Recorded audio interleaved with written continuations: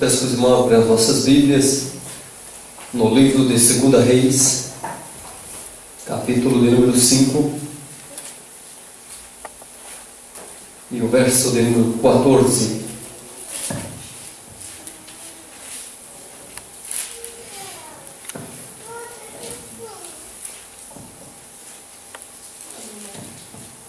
Quero agradecer a Deus pela oportunidade que me concedeu estar novamente com os irmãos, podendo lhe adorar e glorificar junto com a igreja. Agradeço também pelo convite do pastor Gerson, a qual fez ontem à tarde para mim. Amém? Os que os irmãos então todos encontraram, digam amém. Amém. Livro muito conhecido, né? 2 Reis. Você passa 1 Samuel, 2 Samuel, 1 Reis, 2 Reis, 1 Crônicas, 2 Crônicas. Vamos ler o capítulo 5, versículo de número 14, que diz assim: Então desceu e mergulhou no Jordão 7 vezes, consoante a palavra do homem de Deus, e a sua carne se tornou como a carne de uma criança, e ficou limpo. Então desceu e mergulhou no Jordão 7 vezes, consoante a palavra do homem de Deus, e a sua carne se tornou como a carne de uma criança, e ficou limpo. Amém. Podemos assentar? Acreditar em Deus, mesmo que tudo pareça impossível. Querido, nós estamos vivendo uma época em que muitas pessoas testemunham da grandeza e do poder de Deus. Pessoas que acreditam que Deus pode fazer, realizar coisas grandiosas. Pessoas que muitas das vezes nós vemos e contemplamos elas passar por provas, por dificuldades. Mas o que me chama a atenção dessas pessoas é que nós nunca vemos elas desanimadas, abatidas. Nós nunca observamos elas com tristeza. Geralmente passamos por ela e perguntamos: como que você está? Ela responde para você: estou bem. Porque elas acreditam que Deus pode agir no meio do seu problema. Elas acreditam que Deus pode fazer coisas grandes no meio das suas dificuldades, no meio da sua luta, no meio das suas provas. E de repente, então, quando elas recebem uma bênção e começam a testemunhar daquilo que elas estavam passando, nós ficamos surpreendidos. Como Deus é bom, como Deus é grandioso. Pessoa que testemunha que recebeu casa, que recebeu carro, impacta, a gente impacta. Só que com a pessoa, quando ela recebe uma cura, aquilo ali parece que nós vemos Deus é realmente grandioso. Eu me lembro aqui um livro que eu li, Heróis da Fé, que muitos já devem ter ouvido falar, já devem ter lido. E lá fala a respeito do homem chamado George Miller. E não estava nesse livro, mas pela sua biografia eu estava vendo alguma coisinha. E fala então a respeito desse homem que por sua fé ele sustentava um orfanato. E o orfanato estava já pequeno. Ele chegou para um camarada e disse: olha, quanto você quer no seu terreno? Aquele rapaz falou para ele: eu quero X. E aquele rapaz então saiu de perto de George Miller, foi então para frente, quando encontrou um amigo seu, falou: olha rapaz, encontrei um homem chamado George Miller, e ele perguntou quanto que eu queria no meu terreno. E eu falei para ele: X. Esse rapaz não conhecia George Miller. O seu amigo que conhecia George Miller disse: meu amigo, se você não conhece George Miller, eu conheço. Se você não vender pelo X que ele te ofereceu, se eu fosse você, eu vendia. Porque se ele orar o Deus dele vai quebrantar o seu coração. Você não vai vender, você vai dar para ele de graça. Era um homem que tinha uma fé tremenda em Deus.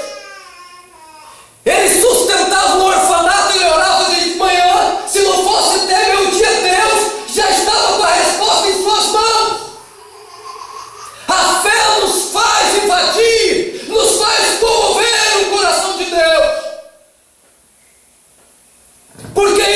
Porque se nós não tivermos fé, jamais conseguiremos agradá-los.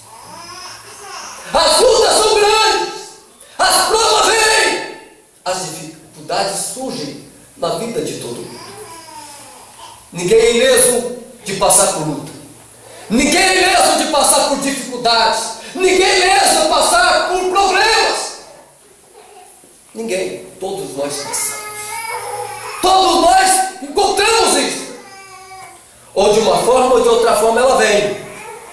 Ela vem. Mas nós temos que acreditar que Deus pode nos abençoar. E nessa noite nós estamos diante de um texto tão poderoso, tão conhecido da palavra de Deus. Esse texto então nos fala a respeito de um homem chamado Naamã. Naamã simplesmente ele era comandante do exército do rei da Síria. Naamã ele tomava conta de tudo. Só que Deus, porém, Naamã tinha uma doença na sua pele chamada lepra. E Naamã era considerado o herói da guerra, porque Deus tinha dado muitas vitórias à Síria pela mão de Naamã. Em uma das suas batalhas, ele foi até Israel, batalhou e trouxe de lá uma Síria. E trouxe então para ficar na sua casa junto com a sua esposa. E aquela moça então vendo, observando a dor, a agonia, o sofrimento daquele homem.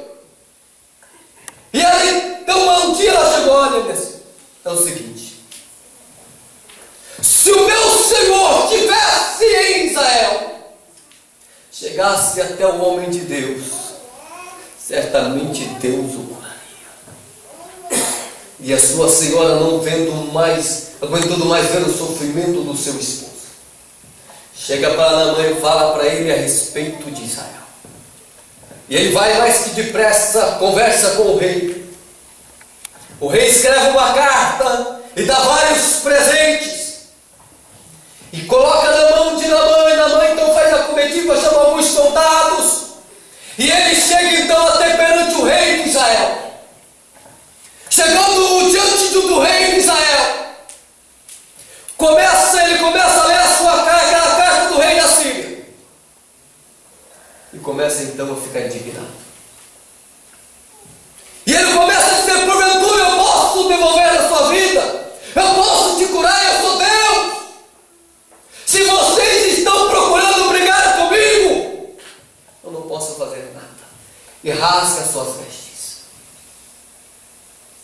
De repente o homem de Deus chamado Eliseu fica sabendo da história, que o rei tinha rasgado as suas vestes.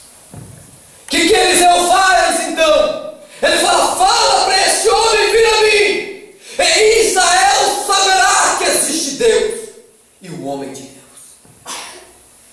Eles pegam então e falam para Naamã: Naamã, é o seguinte, existe um homem de Deus lá em Samaria, vai lá na casa dele.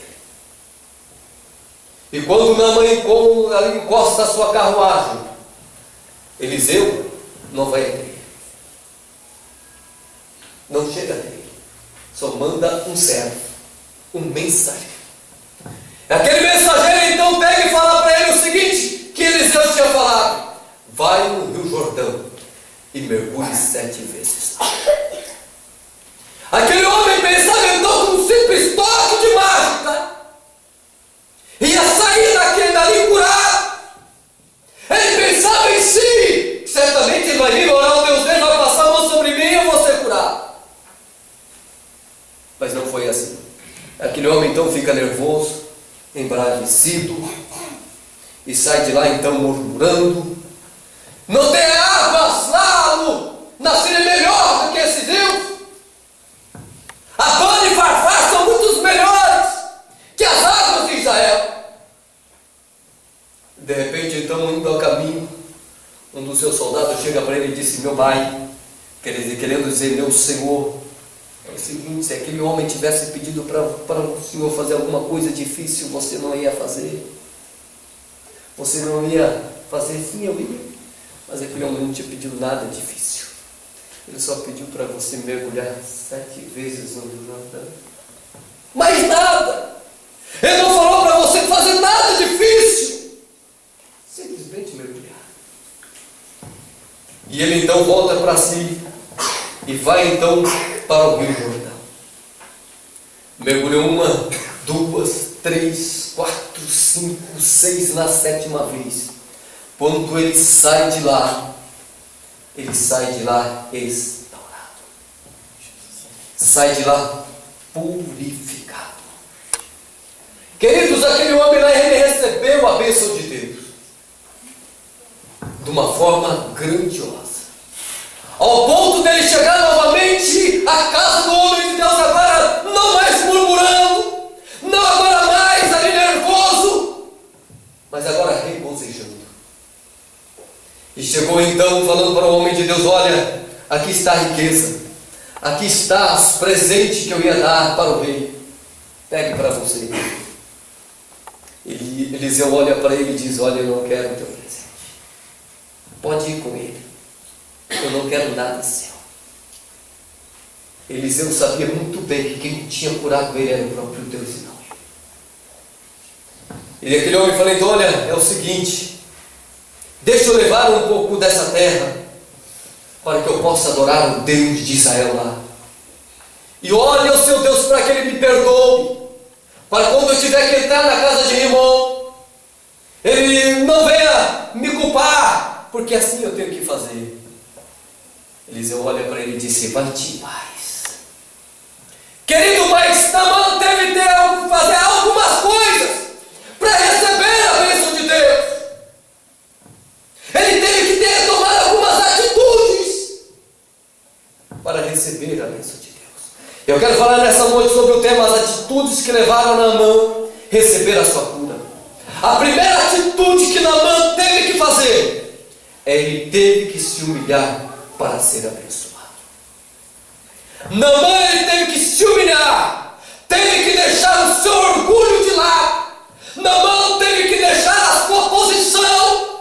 Naamã teve que deixar descer do seu salto alto e se humilhar para ser abençoado.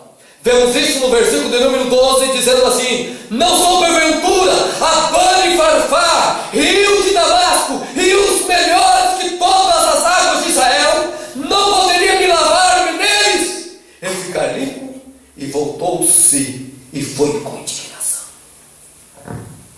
Ele pensava que ele era o fulano de tal, ele pensava que ele era o bambambam, mas ele não se colocava numa posição de humilhação, pensando consigo: é eu que preciso da bênção, é eu que tenho que então buscá-lo na humildade. Ele pensava que o seu orgulho, porque tinha uma posição diante do rei da Síria, ele ia receber a sua bênção. Não foi assim que ele teve que se humilhar. Ele teve que se humilhar. Humildade significa virtude com que manifestamos o sentimento da nossa fraqueza, ou do nosso pouco ou nenhum mérito. Quer dizer então que ele teve que se humilhar, se colocar diante de Deus e mostrar para Deus a sua fraqueza. Ele teve que mostrar diante de Deus que ele precisava da sua bênção e que ele não merecia isso. Teve que se colocar diante de Deus não porco, mas com humildade, se humilhando diante de Deus, reconhecendo que precisava da graça de Deus, reconhecendo que precisava da bênção de Deus para a sua vida. Se nós queremos ser abençoados por Deus, nós temos que aprender que no nosso coração não pode haver orgulho. Se nós queremos ser abençoados por Deus, nós temos que aprender uma coisa: no nosso coração não pode ter superioridade a ninguém. Temos que se colocar diante de Deus como os humildes. 1 Pedro capítulo 5, versículo de número 5 diz assim: que Deus abate os soberbos, mas dá graças aos humildes. Deus não gosta daquela pessoa que fica batendo no peito dela: eu fiz Deus gosta daquelas pessoas que se colocam diante dele e falam: Senhor, eu preciso de Ti. Eu necessito de Ti. Sou eu que sou carente da Tua misericórdia. Sou eu que sou carente da Tua graça. Sou eu que sou carente do Teu perdão. Sou eu que sou carente, ó Deus, de Ti. Por favor, pela Tua infinita misericórdia, estende as Tuas mãos sobre mim e me abençoa, porque eu que preciso do Senhor.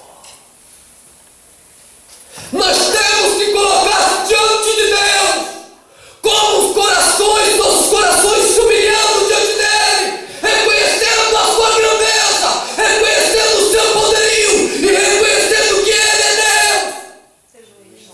Deus, e não pressionando a Deus nas paredes. Por que vamos pressionar Deus nas paredes? Porventura conseguiremos batalhar contra ele? Conseguiremos vencê-lo? Nós não conseguiremos, porque é nós que precisa dele, não é ele que precisa de nós. Muitas pessoas falam consigo: se você está passando por isso, se você está passando por aquilo, cadê o teu Deus? Onde ele está? Onde está o teu Deus? Seu Deus é pequeno. Pessoas falam isso todos os dias. Por que você não é próspero? Onde está o teu Deus? Por que você não é curado? Onde está o teu Deus? Por que você não tem alegria mesmo? E pergunta: onde está o teu Deus?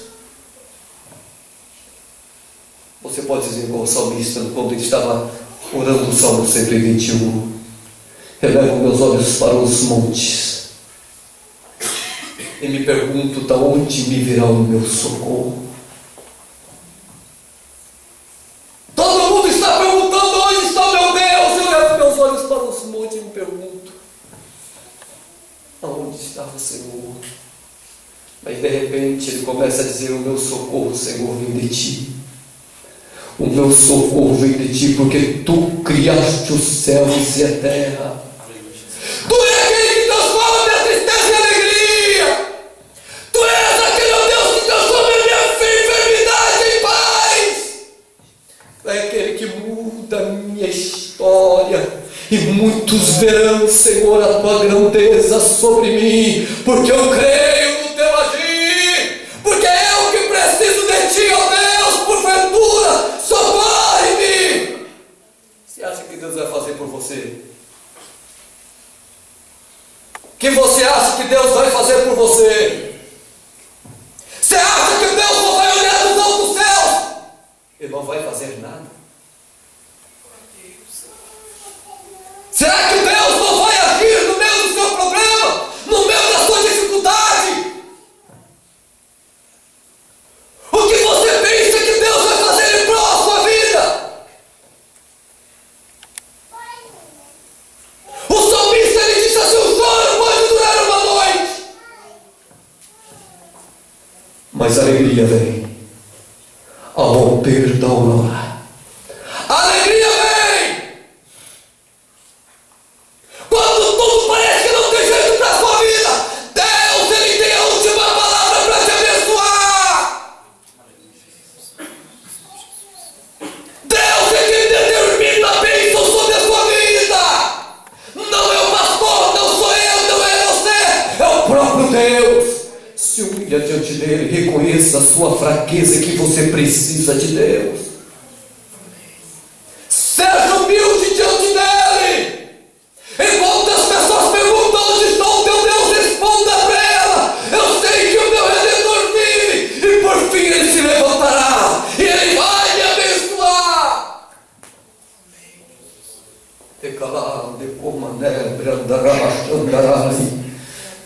Aleluia.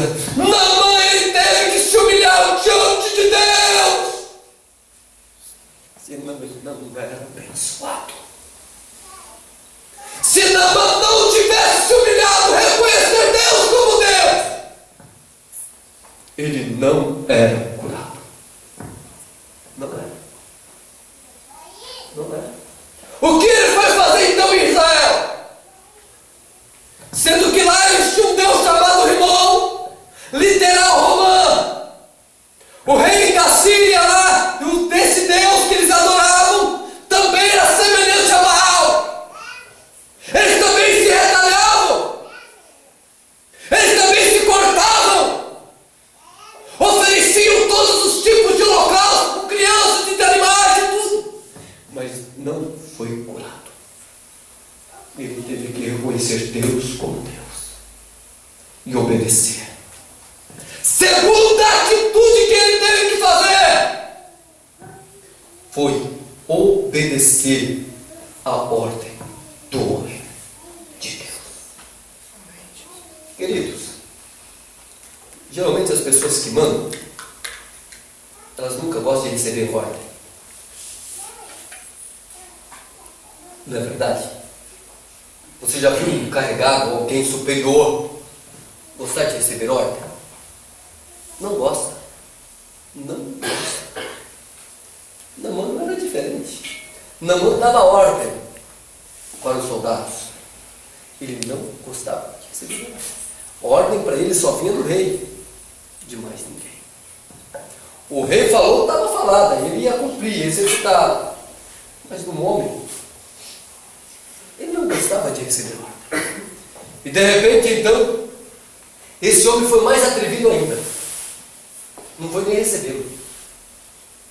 Mandou ali um mensageiro. Chegou para ele, olha, é o seguinte, não precisa nem descer, vai lá no Rio Jordão e se lava 7 vezes. Aquele homem então ele fica furioso, mas eu vou ter que submeter-se a isso? Não, eu não vou fazer. Ele sai daí totalmente indignado. Ele sai dali bravejando-se, irritado. Mas não adianta, se nós queremos ser abençoados. Se Naamã queria ser abençoado, ele teve que aprender a obedecer. Não tem outra forma. Não tem outro jeito. Ele teve que deixar a sua hipocrisia e obedecer. No versículo 13 diz assim: então se chegaram a eles os seus oficiais, e lhe disseram: meu pai, se te houvesse dito o profeta alguma coisa difícil, não farias? Quanto mais já que apenas te disse: lava-te e ficarás limpo. O profeta, pai, só pediu para você obedecer a sua palavra, mas nada. O profeta não falou para você fazer nenhuma coisa difícil, só pediu para você obedecer e executá-la. Só isso. Obedecer significa submeter-se à vontade de outrem e executá-la. O que ele queria dizer? Pai, o profeta só mandou você ouvir a sua voz, descer lá no Rio Jordão e mergulhar. Só isso, pai. Queridos, se ele não tivesse escutado aquele conselho daqueles homens, ele não tinha recebido a sua bênção, porque não tinha obedecido. Você sabe que porque muitas pessoas não têm recebido as bênçãos de Deus hoje? Você sabe qual que é o atrapalho que tem impedido as pessoas de receber a bênção de Deus hoje? Se chama desobediência. Infelizmente isso tem acontecido no nosso meio. A desobediência lastrou-se, e isso tem impedido de nos receber a bênção de Deus. Se nós queremos aqui ser abençoados, nós temos que obedecer a palavra de Deus. Se nós queremos ser abençoados, nós temos que executá-la, pôr em prática.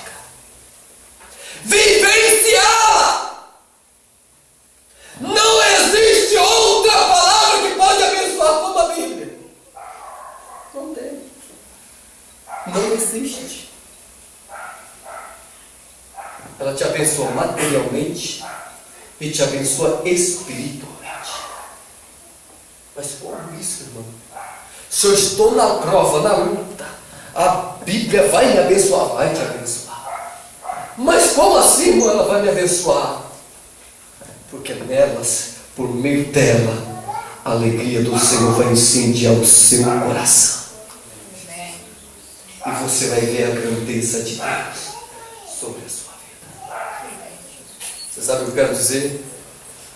A seiva que passava por Israel, que nós fomos enxertados, passa por nós também. A bênção que estava sobre Israel está sobre a igreja hoje.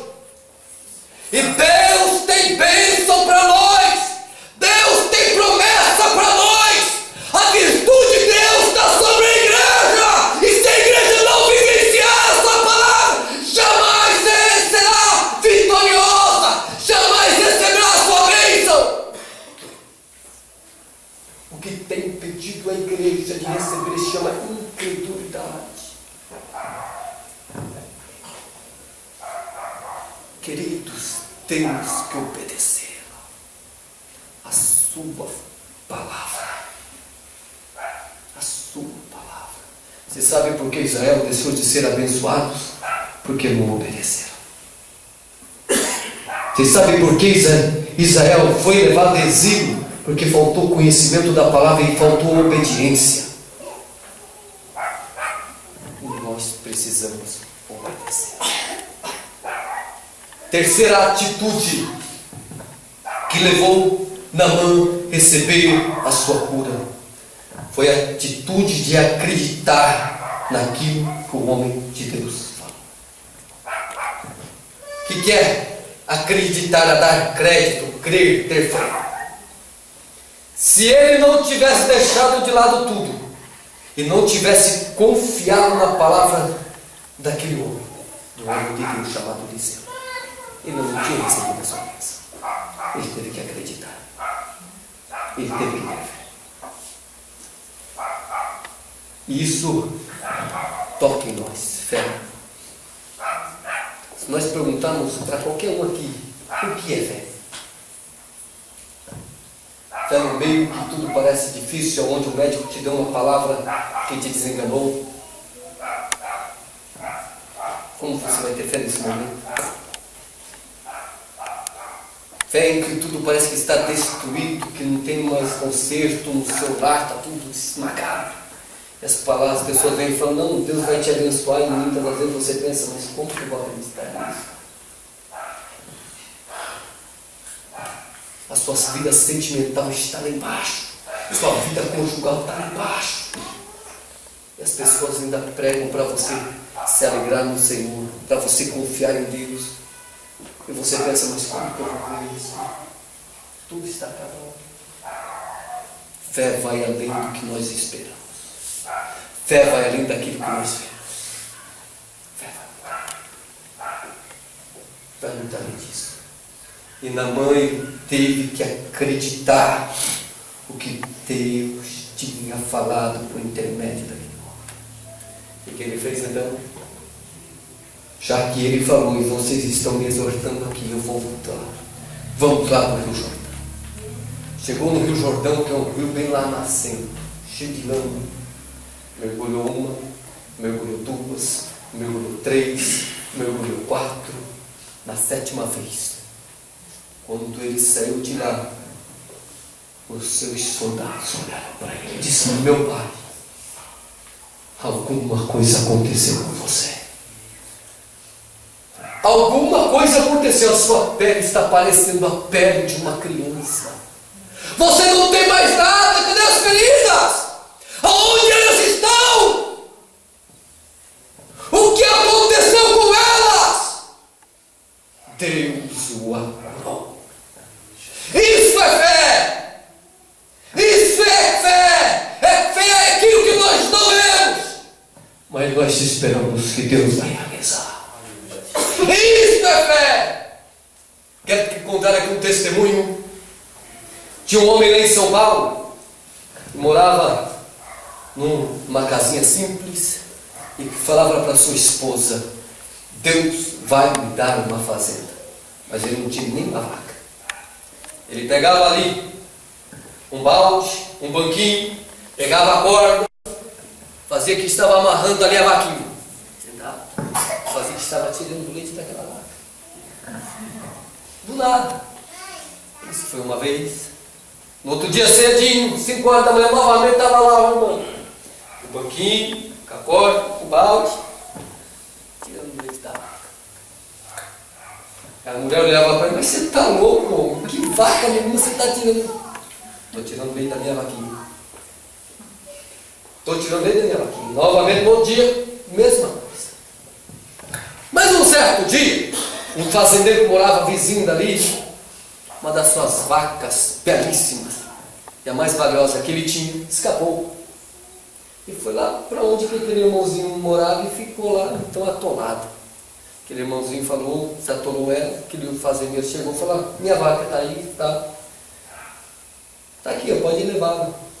Levou para a sua casa, mas quando chegou a noite, aquele homem deitou para dormir, a sua esposa rolava para um lado, rolava para o outro. Falou: marido, que tem uma coisa que está me inquietando. Eu estou muito inquieta. Dá aquela vaca para aquele homem. Não, mas eu não posso dar essa vaca, é a mais valiosa que eu tenho. Não, mãe, dá essa vaca para aquele homem. Eu não sei porquê, mas está me inquietando. Dá aquela vaca para aquele homem. Quando foi no dia cedinho, o homem estava lá com o baldinho, com a cordinha, o banquinho sentado tirando o leite da vaca.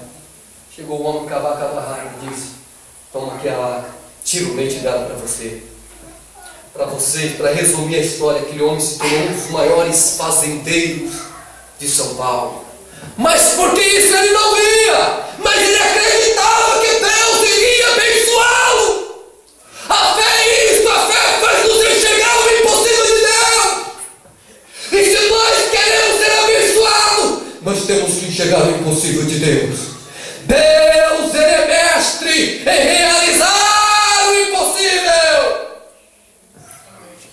Deus, ele faz coisas grandiosas só para abençoar o teu servo, só para abençoar a tua serva.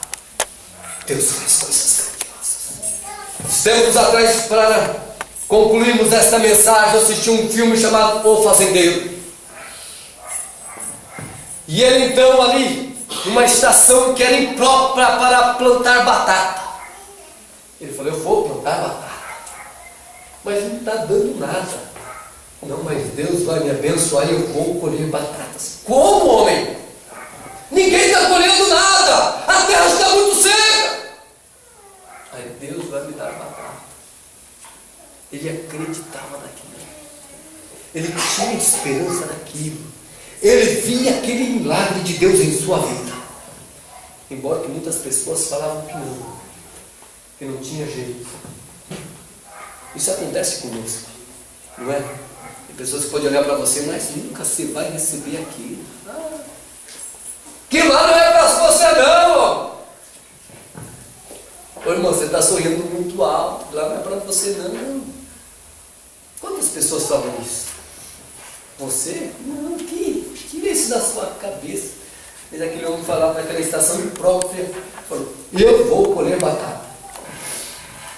No ar, passou-se o tempo, ele chamou um dos seus amigos ali e foram lá colher as batatas. E quando começaram a colher batatas, ninguém viu tanta batata como aquele homem colheu. Por que isso? Porque ele acreditava no agir de Deus. Que é o segredo? É Hebreus capítulo 11, versículo de número 6. Sem fé é impossível agradar a Deus. Porque aqueles que se aproximam dele têm que crer que ele existe e que é galardoador daqueles que o buscam.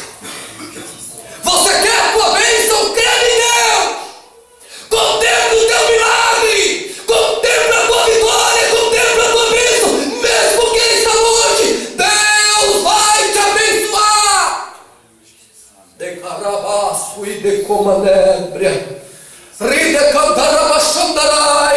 Deus vai derramar a sua bênção sobre a sua vida. Acredita nele. Porque Ele quem faz, é Ele quem opera. Tudo pode parecer negro diante de você, mas não se esqueça que no meio da negritude, Deus Ele pode abrir essas nuvens negras e raiar como o sol da justiça sobre a sua vida. Deus é com você. Não se esqueça disso. Amém? Atitudes que levaram Naamã a receber a sua bênção: a humilhação, a humildade, se colocar diante de Deus e reconhecer que você precisa dele. Naamã aprendeu isso. Naamã aprendeu isso, que precisava de Deus, e que não era das suas próprias forças, não era dos seus próprios méritos, não era porque era considerado um herói da Síria. Não era. Ele teve que se colocar diante de Deus e reconhecer Deus, se humilhar diante de Deus. Ele teve que obedecer à voz do homem de Deus. Obedeça o teu pastor, obedeça a palavra do Senhor, obedeça para você ser abençoado. E terceiro, não pare de acreditar. Acredite, mesmo que venham pessoas com palavras tortas dizendo: você não vai conseguir, você não vai receber. Não se esqueça, Deus tem o melhor para a sua vida. Deus, Ele quer fazer o impossível por meio da sua fé. Amém? Vamos se pôr de pé. Vou estar orando, amém? Eu posso então passar a palavra de quem é de direito. Senhor meu Deus e Pai, diante da Tua presença estamos. E como é bom estar diante de Ti, Senhor. Somos tão falhos, somos tão pecadores, tão errantes, mas mesmo assim, ó Deus, o Senhor tem olhado para nós com olhar de misericórdia. O Senhor tem visto, Senhor, as nossas aflições. O Senhor tem visto, ó Deus, as nossas angústias, os nossos problemas, as nossas dificuldades. Mas nós cremos, Deus, no Teu agir. Porque nós cremos, ó Deus, num Deus que criou os céus e a terra. Num Deus que tem prazer em abençoar os seres humanos. E Deus, e nós precisamos tanto da Tua misericórdia. Por isso, Pai, eu lhe peço agora em nome de Jesus, visita cada coração, visita cada lar, visita cada irmão, visita cada irmã. Deus, Tu sabes, Pai, o que eles têm passado, as lutas, as dificuldades. Tu sabes, ó Deus, das provas que eles têm suportado. Muitas das vezes, Senhor, não tem deixado transparecer na sua face, mas tem dito: vai bem, está tudo bem, está maravilha. Mas Tu sabes, Senhor, como estão esses corações. Tu sabes, ó Deus, como esses corações estão, a angústia que lá está lá dentro. Tu sabes, ó Pai, a tristeza que lá fica remoendo. Meu Deus, visita cada vida aqui, visita cada lar aqui, e ministra, meu Deus, a Sua bênção sobre eles. Que eles possam sair daqui, Senhor, dizendo: Deus visitou o meu coração nesta noite. O Espírito Santo visitou o meu coração nesta noite e tocou no profundo dele. Agora eu sinto algo que eu nunca sentia. Tudo se mudou, tudo transformou. Por isso, Pai, eu lhe peço em nome de Jesus. De calabadasurianda labacantarai, rive como a neve, alabasturi de como a neve, aramanasco de cantarabastéria. Deus, eu ministro, Pai, a bênção sobre eles. Eu ministro, Pai, a vitória sobre a Tua igreja, sobre o Teu povo, sobre os Teus servos, sobre as Tuas servas. A cura, Senhor, a libertação. Deus, em nome de Jesus, Pai, eu declaro eles abençoados em Cristo Jesus, o nosso Senhor. Eu te agradeço, ó Deus, em nome de Jesus. Amém. E amém. E amém. Amém. Podemos assentar. Eu quero agradecer a Deus pela oportunidade. Amém. Eu glorifico a Deus pela sua vida. Porque Deus te trouxe aqui, porque Ele vai fazer algo em sua vida. Vai fazer algo em seu lar. Tem vidas aqui, irmãos, que está passando prova grande no seu lar. Não se preocupe, Deus vai agir lá. Deus vai trabalhar lá. Amém? Em todas as áreas. Amém? Eu passo agora a palavra de quem tiro também.